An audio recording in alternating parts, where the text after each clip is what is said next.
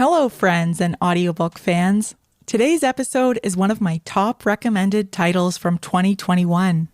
One of the most frequent questions we hear from listeners is whether we'd consider expanding on our theme and taking a deeper look into fiction and other sources of fascinating ideas. If you're one of our listeners who asked for this, we heard you and thank you for your suggestions. We'll be hard at work behind the scenes for the rest of this year, creating something we hope you'll love. Until then, we hope you enjoy this episode, and I look forward to sharing more with you in 2022.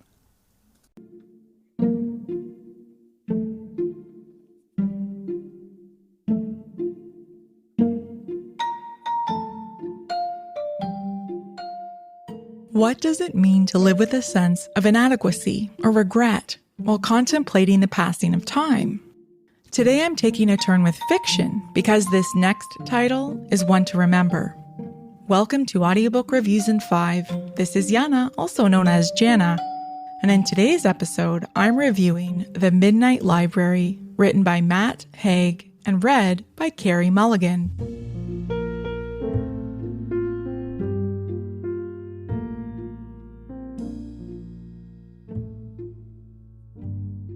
Everyone's lives are touched by mental illness. Like nearly 1 in 5 people, author Matt Haig suffers from depression, which he wrote about in his 2016 memoir, Reasons to Stay Alive.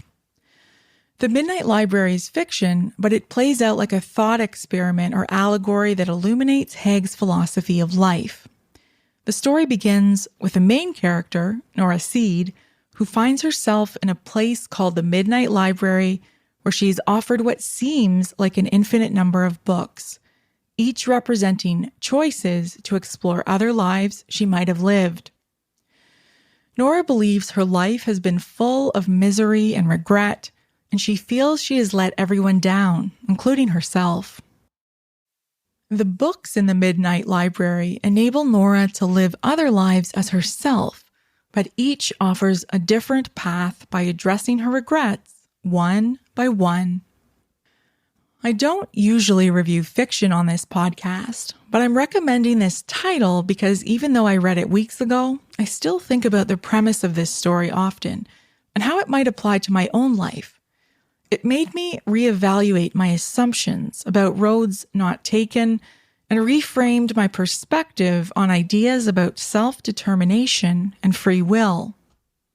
One reason I love this story is how Haig explores Nora's delight in her alternate lives, while he's adept at illustrating the drawbacks of each choice through Nora's increasing awareness that there is no perfect life path. The novel's pacing keeps things fun, allowing Nora to experience careers as an Olympian and rock star, undoing old breakups, realizing her dreams of becoming a glaciologist, managing a winery, and living in various locations around the world. Haig is brilliant at showing us that wherever we go, we bring ourselves and our beliefs to any given situation. Here's one of my favorite quotes from the book. "It is not lives we regret not living that are the real problem. It is the regret itself. It's the regret that makes us shrivel and wither and feel like our own and other people's worst enemy. We can't tell if any of these other versions would have been better or worse.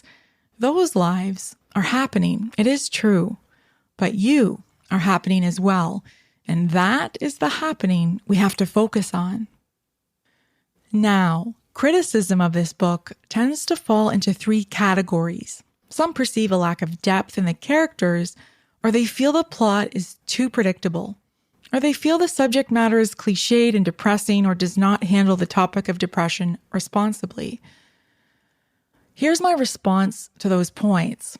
First, I'll grant critics that Nora isn't the most complex character ever written, but as I said, this story seems more like an entertaining thought experiment or allegory.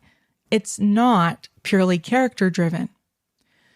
Secondly, the plot isn't totally surprising once you know about Haig's experience with depression, so I think the marketing of this book as fantasy or sci-fi is somewhat misleading. It will set up fans of those genres for disappointment. Thirdly, I won't argue with someone's personal experience of what is cliche or depressing, but consider how many people cannot see the cliches or irony in their own lives, even as they judge others. Ultimately, stories have emotional power over us, and great stories stay with us for a lifetime. Haig's charming style made this listen impossible to put down, and although it covers some heavy subject matter, The Midnight Library is an easy listen, beautifully narrated by British actress Carey Mulligan, who brings Nora's character to life in so many different contexts. Haig has expressed in interviews that he wrote this book as a kind of therapy for himself and a way of dealing with his own doubts and worries about the passing of time, and that he hopes readers may find comfort in the story. The maxim repeated throughout this novel, quote, "The only way to learn is to live," unquote, is paradoxical if readers assume that Haig is trying to teach us something merely through reading. But it works beautifully if we interpret it as a deeply felt call to action, an inspiration to live our lives more consciously.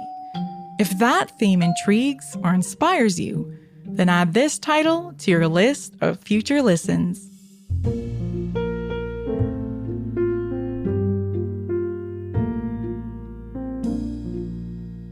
That's all for this episode of Audiobook Reviews in 5. Thanks for listening. If you've not yet done so, please follow us on Facebook and subscribe to Audiobook Reviews in 5 on Anchor, Apple, Spotify, and many others.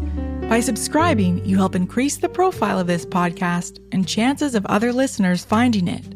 I look forward to checking in with you all again soon. Please stay safe and be well.